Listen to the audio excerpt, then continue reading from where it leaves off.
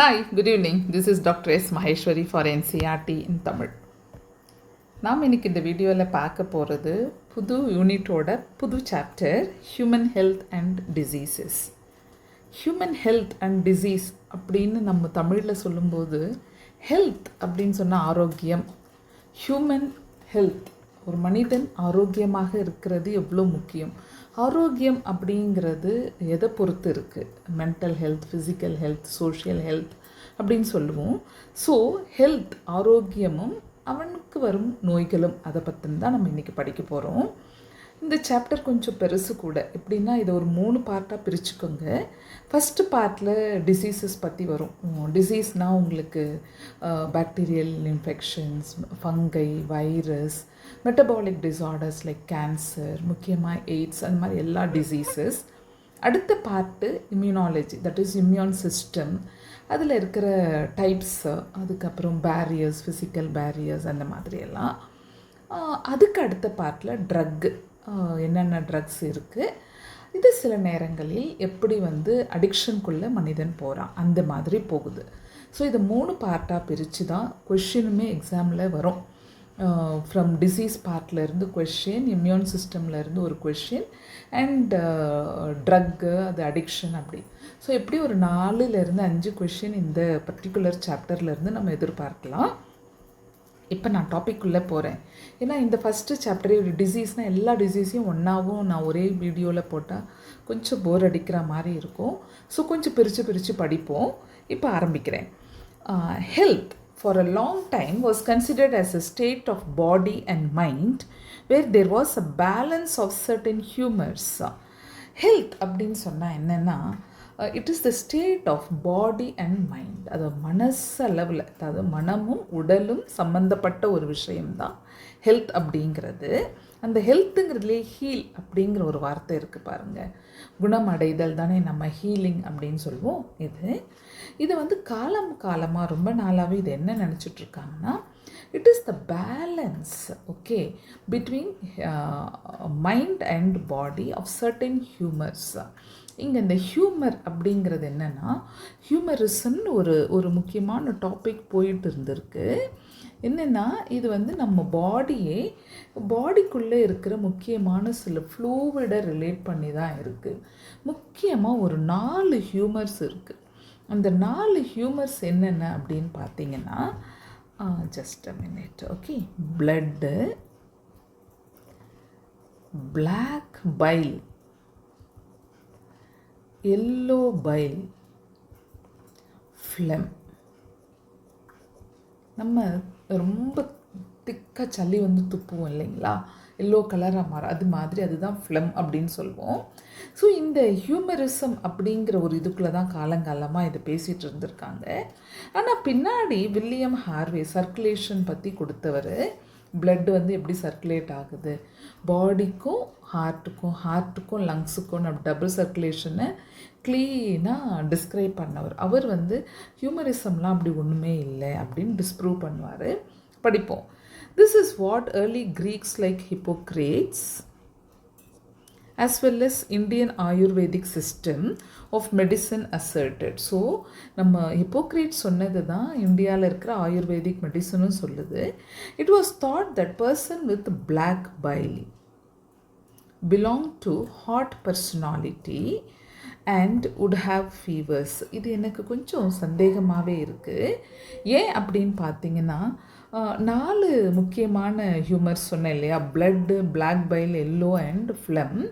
இதில் பிளட் அப்படிங்கிறது ஒரு ட்ரைனஸ்ன்னு வச்சுக்கலாம். பிளாக் பைல் உங்களுக்கு cold and dry, and yellow bile hot and dry, and phlegm ஜென்ரலாக ஃப்ளம் அப்படின்னு சொன்னால் ஒரு மாய்ஸ்சர் அப்படின்னு சொல்கிறோம். ஆனால் இங்கே நமக்கு இப்படி கொடுத்துருக்காங்க, நம்ம இப்படியே படிச்சுருவோம். It was thought that person with black bile belonged to hot personality and would have fevers. இவங்களுக்கு ஒரு ஹாட் பர்சனாலிட்டி இருக்கும், இவங்களுக்கு ஃபீவர் வரும் அப்படின்னு சொல்கிறாங்க. This idea was arrived at by pure reflective thought. இது புதுசாக எக்ஸ்பெரிமெண்ட்லாம் பண்ணி கண்டுபிடிச்சதில்லை, ஒரு மாதிரி ஹைப்போதீசிஸ் மாதிரி இது. The discovery of blood circulation by William Harvey, இது உங்களுக்கு முக்கியமாக தெரிஞ்சிருக்கணும்.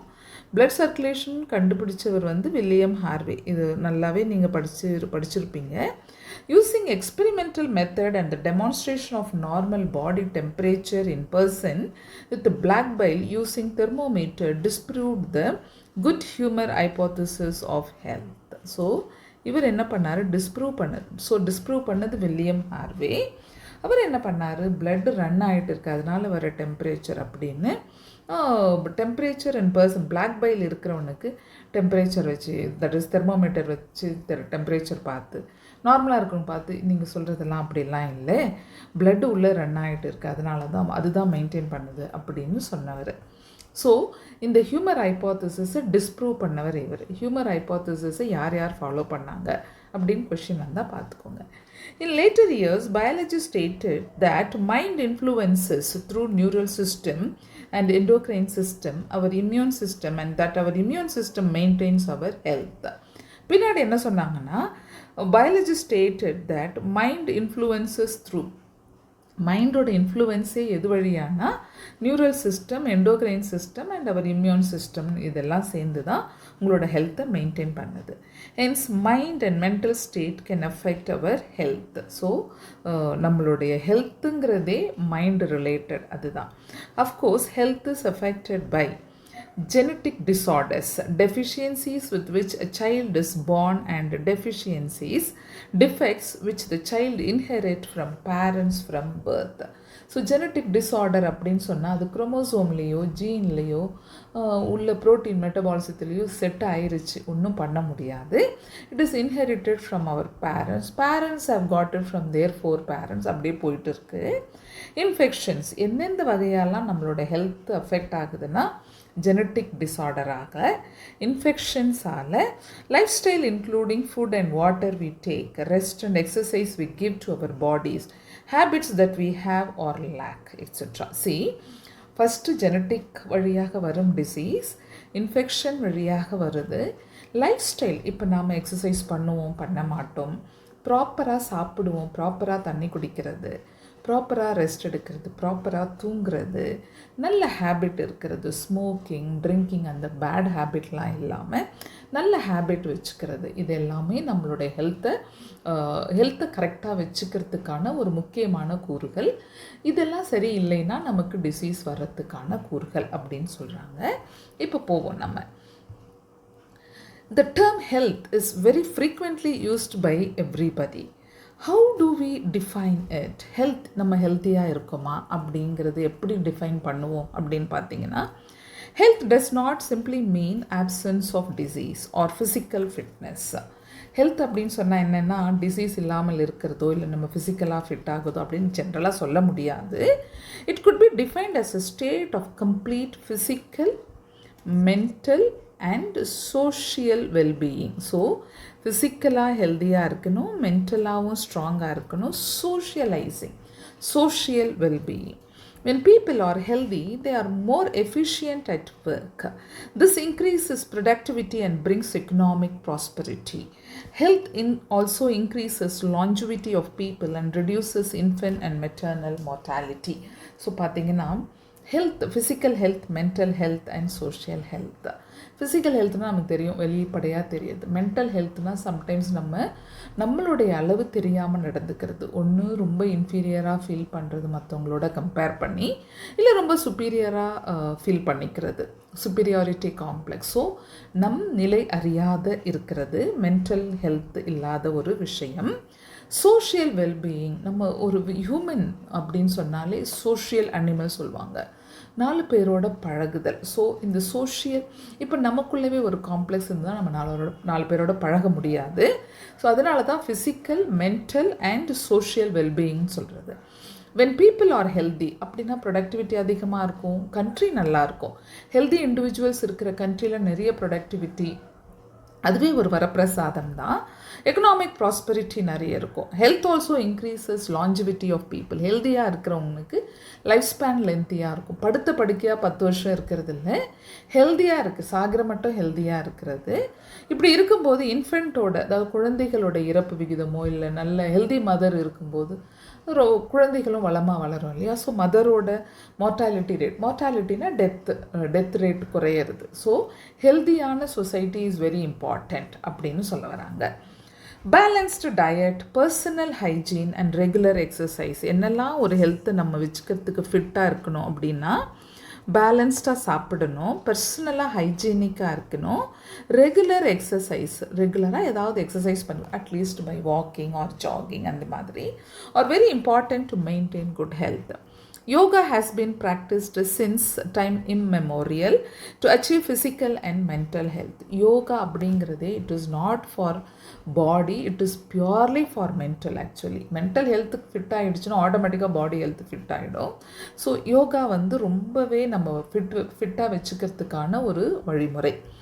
Awareness about diseases and their effect on different bodily functions, vaccinations, immunization against infectious diseases, proper disposal of waste, control of vectors, and maintenance of hygiene in food and water resources are necessary for achieving good health. So awareness first disease பற்றி தெரிஞ்சிருக்கணும். அதுக்கப்புறம் நம்ம பாடியோட different organs எப்படி work பண்ணுது அப்படின்னு நம்ம பாடியை பற்றின அவேர்னஸ் கம்பல்சரியாக இருக்கணும். வேக்சினேஷன் கரெக்டாக கொடுத்துடணும். நம்ம இம்யூனைசேஷன் பண்ணுறோம்ல, இப்போ நம்ம கோவிட்க்கு கூட ஒரு வேக்சின் எடுத்தோம் கம்பல்சரியாக. அந்த மாதிரி குழந்தையில பிறந்ததுலேருந்தே கொடுத்துருக்குற வேக்சின்ஸை கண்டிப்பாக கொடுத்துட்டு வரணும்.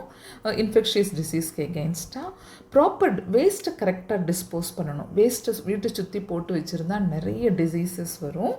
அண்ட் வெக்டார்ஸை கண்ட்ரோல் பண்ணணும். வெக்டார்ஸ்னால் டிசீஸ் கேரி பண்ணுற இன்செக்ட்ஸ். ஒருத்தவங்கக்கிட்டேருந்து இன்னொருத்தவங்கக்கிட்ட. மஸ்கிட்டோலாம் ரொம்ப காமன் வெக்டார். ஸோ வெக்டாரை கண்ட்ரோல் பண்ணணும். And maintenance of hygiene, food நம்ம சாப்பிட்ற ஃபுட்டு ஹைஜீனிக், ரோட் சைட் ஃபுட்டெல்லாம் ரொம்ப எடுக்காமல். So hygienic food, hygienic water இதெல்லாம் இருந்தால் நம்மளால் ஒரு குட் ஹெல்த்தை மெயின்டைன் பண்ண முடியும். அடுத்தது, when the functioning of one or more organs or system of the body is adversely affected, characterized by appearance of various signs and symptoms, we say that we are not healthy, we have a disease. So நம்மளுடைய உடம்புல ஒரு ஆர்கனோ இல்லை பல ஆர்கன்கள் சேர்ந்தோ affect ஆயிருச்சு அப்படின்னா, for example இப்போ உங்களுக்கு diabetes வந்தால் பேங்க்ரியாஸ் மட்டும் இல்லை, காலப்போக்கில் அது சரியாகவே கண்டுக்காமல் விட்டால் கொஞ்சம் கொஞ்சமாக கிட்னியை ஸ்பாயில் பண்ணுறது, ஹார்ட் ப்ராப்ளம்ஸு, காலில் புண் வர்றது, இந்த மாதிரி. ஸோ மல்டிப்புளாக வரும். ஸோ அட்வர்ஸாக அஃபெக்ட் பண்ணும். அதெல்லாம் ஒரு சைன் சிம்டம்மை கொடுக்கும். இப்போ நமக்கு ஃபீவர் வந்தால் தானே நமக்கு ஏதோ வந்திருக்குன்னு. ஸோ அது ஒரு சிம்டம், அது ஒரு சைன். ஸோ இதெல்லாம் வரும்போது நாம் ஹெல்த்தியாக இல்லை அப்படின்னு யோசிப்போம். அப்போது தட் இஸ் கால்டு டிசீஸ். இதில் பேர்லேயே டிசீஸ், ஈஸினஸ், அதாவது ஒரு டிஸ்கம்ஃபர்ட், நம்ம கம்ஃபர்ட் ஜோன்லேருந்து பாடி வழியாக ஒரு டிஸ்கம்ஃபர்ட்டாக ஃபீல் பண்ணுறது தான் டிஸ்ஈஸ். Disease can be broadly grouped into infectious and non-infectious. நான் இங்கே சைடில் சார்ட் வேறு போட்டிருக்கேன், அதுலேயும் எக்ஸ்பிளைன் பண்ணுறேன். Diseases which are easily transmitted from one person to another are called infectious diseases. ஒரு மனுஷன்கிட்ட இருந்து இன்னொருத்தவங்களுக்கு ஈஸியாக transmit ஆகிறதெல்லாம் infectious diseases. Infectious diseases are very common and every one of us suffers from these at some time or other. So ஈஸியாக இப்போ நம்ம வீடை சுற்றி தண்ணி தேங்க வச்சாலோ இல்லை குப்பைகளை சேர்த்து வச்சுருந்தாலோ நமக்கு மஸ்கிட்டோங்கிறது ரொம்ப காமன். மஸ்கிட்டோ மட்டும் வெக்டார் இல்லை. நம்ம ஃபஸ்ட்டே படிச்சிருப்போம் அனிமல் கிங்டம்லலாம். நம்ம பிளாஸ்மோடியம் படிக்கும்போது, புரோட்டோசோவாஸ் படிக்கும்போது படிச்சிருப்போம். ட்ரிப்னோசோமா, அதுக்கப்புறம் லயஷ்மேனியாசிஸ், அமீபியாசிஸ், அது மாதிரி என்டமீபா எஸ்ட்ராலிட்டிகா. ஸோ படிப்போம் ஒன்றுன்னா. So infectious diseases are very common and every one of us suffers from these at some time or other. Some of the infectious diseases like AIDS are fatal. Among non-infectious diseases, cancer is the major cause of death. இது non-infectious, ஆனால் டெத்துக்கு ரொம்ப நிறைய death rate கேன்சரால் வர்றது.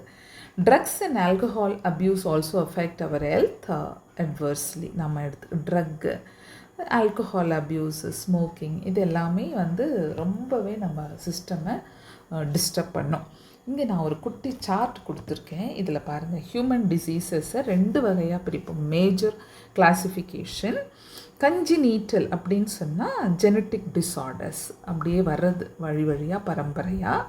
Acquired வந்த பிறகு, நாம் பிறந்த பிறகு நமக்கு வர டிசீசஸ்.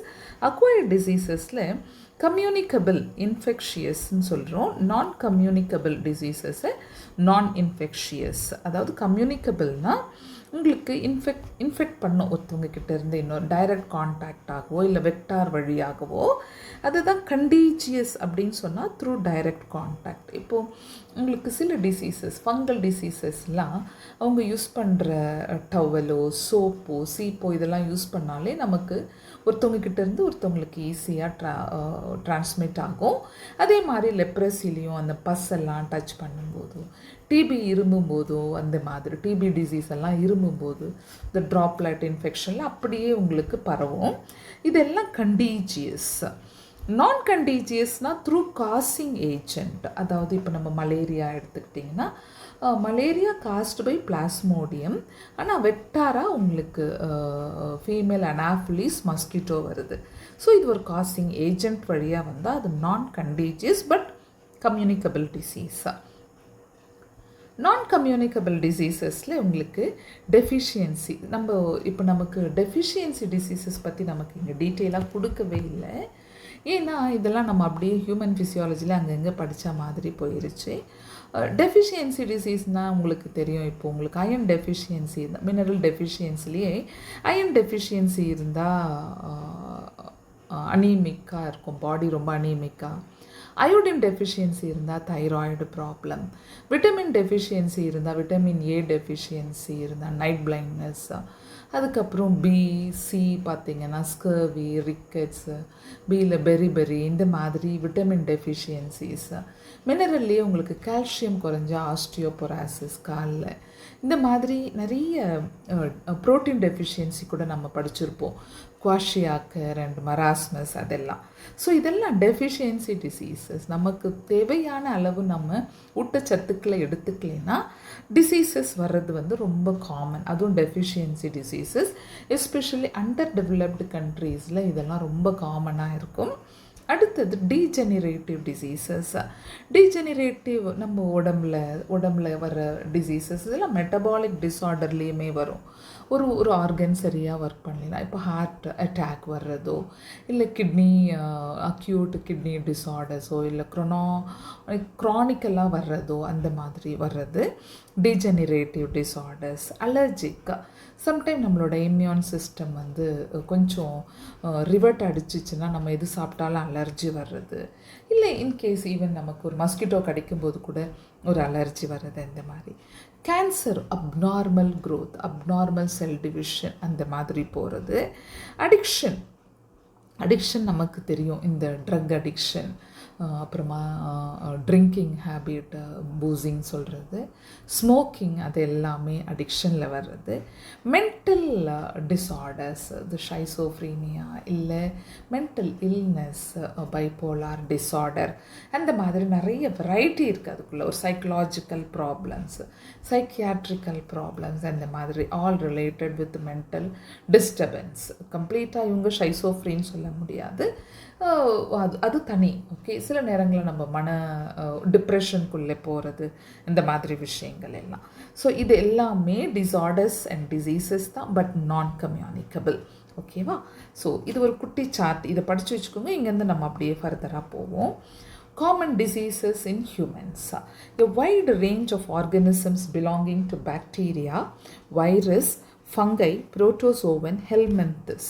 ஹெல்மென்தஸ்னால் இந்த platyhelminthes, aschelminthes, round worm, tape worm படித்தோம்ல அது. இது எல்லாமே cause diseases. Okay, could cause diseases in man. Such disease-causing organisms are called pathogens. Disease-causing organism பேரே pathogen. Most parasites are therefore pathogens as they cause harm to the host by living in or on them. இப்போ எண்டோபாரசைட், எக்டோபாரசைட்டுன்னு சொல்லுவோம். எண்டோபாரசைட்னா உள்ளவே இருந்து நம்மளை சாகடிக்கிறது. இப்போ நம்ம tape வார்ம்லாம் உள்ளவே உட்காந்து நமக்கு டிஸ்டர்ப் பண்ணிகிட்டு இருக்கிறது. எக்டோபாரசைட்னா நம்ம மஸ்கிட்டோ வந்து நம்மளை கடிச்சிட்டு போகிறது, பெட்பக் வந்து கடித்து ரத்தத்தை எடுத்துக்கிறது, தலையில் இருக்கிற பெயின் இருக்குது இல்லையா, இதெல்லாம் ectoparasite. So they are in or less as well as it is present outside the body. The pathogen can enter our body by various means, multiply and interfere with normal vital activities, resulting in morphological and functional damage. இப்போது அது various மெத்தடில் உள்ளே தண்ணி வழியாக போகும், சுவாசம் வழியாக உள்ளே போகுது, சாப்பாட்டு வழியாக உள்ளே போகுது, இல்லை நாம் தண்ணியில் ஏதாவது அசிங்கத்தை மெரிக்கும் போது கால் வழியாக உள்ளே போகிறது, புண்ணு இருந்தால் அது வழியாக உள்ளே போகிறது, இந்த மாதிரி போய் நம்ம டே டு டே லைஃப்பை ரொம்பவே டிஸ்டர்ப் பண்ணுது. Pathogens have to adapt to life within the environment of the host. உள்ளே போய் நம்மளுடைய பாடியில் இருக்கிற என்விரான்மெண்ட்டுக்கு ஃபிட்டாக உட்காந்துருது. For example, the pathogens that enter the gut must know a way of surviving in the stomach at low pH and resisting the various digestive enzymes. So என்னென்னா, இப்போது அது வேரியஸ் ரூட் வழியாக உள்ளே போனாலும் உள்ளே போயிட்டு அது நம்ம உடம்போட அட்மாஸ்ஃபியருக்கு ஏற்ற மாதிரி தன்னை தகவமைச்சு செட்டில் ஆகுது. ஃபார் எக்ஸாம்பிள், இப்போ சாப்பாட்டு வழியாக ஒரு பேரசைட் உள்ளே போச்சு அப்படின்னு சொன்னால் அதுக்கு உள்ளே போயிட்டு நம்ம பாடி பிஹெச்க்கு ஏற்ற மாதிரி வாழ அதுக்கு தெரியணும். எஸ்பெஷலி இப்போ ஸ்டொமக்கில் உங்களுக்கு பிஹெச் ரொம்ப லோ பிஹெச் இருக்குது, அந்த பிஹெச்சில் அது சர்வைவ் ஆகிற கெப்பாசிட்டியும் மற்ற வேரியஸ் டைஜஸ்டிவ் என்சைம் எல்லாம் தாண்டி அது தன்னை மல்டிபிள் பண்ணிக்கிற கெப்பாசிட்டியும் அதுக்கு இருக்கணும். அப்போ தான் அதால் நமக்கு டிசீஸை வர வைக்க முடியும். Okay, so a few representative members from just a minute. Members from different groups of pathogenic organisms are discussed here along with the diseases caused by them. Preventive and control measures against these diseases in general are also briefly described. நமக்கு ரொம்ப நிறைய கொடுக்கல, சில pathogens பற்றியும் சில அதுக்கான curative disease curing medicines, that is antibiotics நேமோ இல்லை டெஸ்ட்டோ, என்ன இன்குபேஷன் பீரியட்னா என்ன, அந்த மாதிரிலாம் கொடுத்துருப்பாங்க. இன்குபேஷன் பீரியட் பற்றி தெரிஞ்சுக்கணும். இன்குபேஷன் பீரியட்னா என்னென்னா, இப்போ ஒரு ஆர்கனிசம் நம்ம உடம்புக்குள்ளே போயிட்டு அது நல்லா மல்டிபிள் ஆன பிறகு ஒரு சைனும் ஒரு சிம்டமும் வெளியே கொடுக்கும் இல்லையா. இப்போ மலேரியல் பேரசைட் உள்ளே போயிருச்சுன்னா உடனே இன்றைக்கி போய் நாளைக்கே அது நமக்கு ஃபீவர் வர வைக்க போகிறதில்ல. அந்த மலேரியாவில் ஒரு வெரைட்டிஸ் இருக்குது உங்களுக்கு, இப்போ ஃபால்சிபேரம் அந்த மாதிரி, ஓவேல் அந்த மாதிரி. ஸோ உங்களுக்கு அது எப்போது சிம்டம்ஸை தருதோ அந்த உள்ள நுழைஞ்சதுலேருந்து அது சிம்டம் கொடுக்குற அந்த பீரியட் தான் உங்களுக்கு இன்குபேஷன் பீரியட் அப்படின்னு சொல்லுவோம். படிப்போம் இப்போ ஒரு டிசீஸ் பற்றி. ஃபஸ்ட் நமக்கு இங்கே டைஃபாய்டு பாக்டீரியல் இன்ஃபெக்ஷன் பற்றி ஆரம்பிச்சிருக்காங்க. Salmonella typhi is a pathogenic bacterium which causes typhoid fever in human beings. These pathogens generally enter the small intestine through food and water contaminated with them and migrate to other organs through blood. So இது எப்படி உள்ளே போகுதுன்னா, contaminated food and water இது வழியாக உள்ளே போகுது. அதுக்கப்புறம் blood ஸ்ட்ரீமுக்குள்ளே போயிருச்சு. சால்மனல்லா டைஃபி காசிங் டைஃபாய்டு, இது ஒரு பாக்டீரியல் டிசீஸ், அது ஞாபகம் வச்சுக்கணும். Sustained high fever 39 degree to 40 degree C, weakness, stomach pain, constipation, headache and loss of appetite are some of the common symptoms of this disease. வீக்காக feel பண்ணுறது, வயிற்று வலி, கான்ஸ்டிபேஷன்னா மலச்சிக்கல், பாத்ரூம் வராமல் இருக்கிறது, தலைவலி, அதுக்கப்புறம் லாஸ் ஆஃப் ஆப்பிடைட், பசியின்மை அப்படின்னு சொல்கிறது இது are some of the common symptom of this disease. Intestinal perforation and death may occur in severe cases. இன்டெஸ்டைனுக்குள்ளே அப்படியே அந்த குடல் வழியாக ஓட்ட போகிற மாதிரி ஆகி டெத்து கூட வரலாம் ரொம்ப சிவியர் கேசஸில். Typhoid fever could be confirmed by Widal test. இந்த டெஸ்ட் வழியாக அதை கன்ஃபார்ம் பண்ணுறாங்க. A classic case in medicine, that of Mary Mallon, nicknamed Typhoid Mary, is worth mentioning here. She was a cook by profession and was a typhoid carrier who continued to spread typhoid for several years through the food she prepared. இங்கே மேரி melon பற்றி கொடுக்குறாங்க. அவளை typhoid மேரினே சொன்னாங்க. ஹிஸ்ட்ரியில் இந்த அம்மாவால் ஒரு 600 பேருக்கு கிட்ட டைஃபாய்டு வந்திருக்கு அப்படின்னு சொல்கிறாங்க. இவங்க சமைச்ச ஃபுட்டில் இருந்து அத்தனை பேருக்கும் டைஃபாய்டு வந்திருக்கு. இறந்துருக்காங்க. கடைசி காலத்தில் அவங்கள குவாரண்டைன் பண்ணதாக கூட ஒரு ஐலாண்டில் சொல்கிறாங்க. ஸோ அதனால் அவங்கள ரொம்ப காமனாக டைஃபாய்டு மேரி அப்படி அவங்களுக்கு தெரிஞ்செல்லாம் பண்ணலை, தெரியாமலே அவங்க ஃபுட் வழியாக இத்தனை பேர் கண்டாமினேட் ஆகியிருக்காங்க. Okay, so this is about டைஃபாய்டுனால் இதெல்லாம் அப்படியே உங்களுக்கு இன்குபேஷன் பீரியட் வந்து 1 to 2 weeks புக்கில் போடல, சும்மா தெரிஞ்சுக்கலாம். வைடல் டெஸ்ட்டு வர கொஸ்டின், அதுக்கப்புறம் சிம்டம்ஸு, சம்டைம்ஸ் ரேர்லி டெத்தும் உண்டு அப்படின்னு போடுறாங்க. அடுத்தது பாக்டீரியல் இன்ஃபெக்ஷன். அடுத்த பாக்டீரியல் இன்ஃபெக்ஷனாக உங்களுக்கு நிமோனியா பற்றி. Bacteria like streptococcus pneumoniae and haemophilus influenzae are responsible for the disease pneumonia in human which infects the alveoli. So 2 முக்கியமான bacteria, streptococcus pneumoniae, haemophilus influenzae, இது ரெண்டுத்தையும் படிச்சுக்கோங்க. Are responsible for the disease pneumonia in human which infects the ஆல்வியோலையை போய் டைரெக்டாக attack பண்ணுது of the lungs.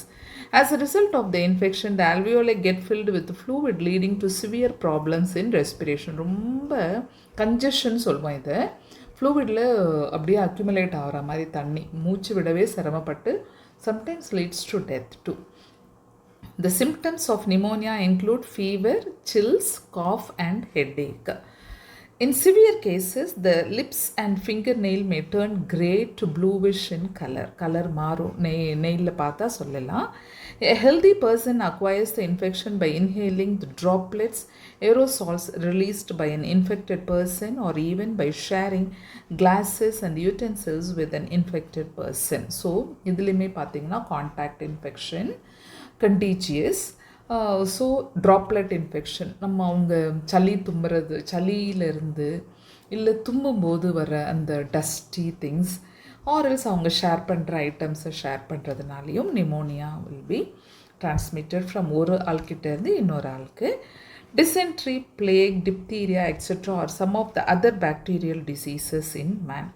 DP இருக்குது, plague சொல்கிறாங்க, சைஃபிலிஸ், கொனோரியாலாம் நம்ம ரீப்ரொடக்டிவ் சிஸ்டம் படிக்கும்போது அங்கே பார்த்தோம்.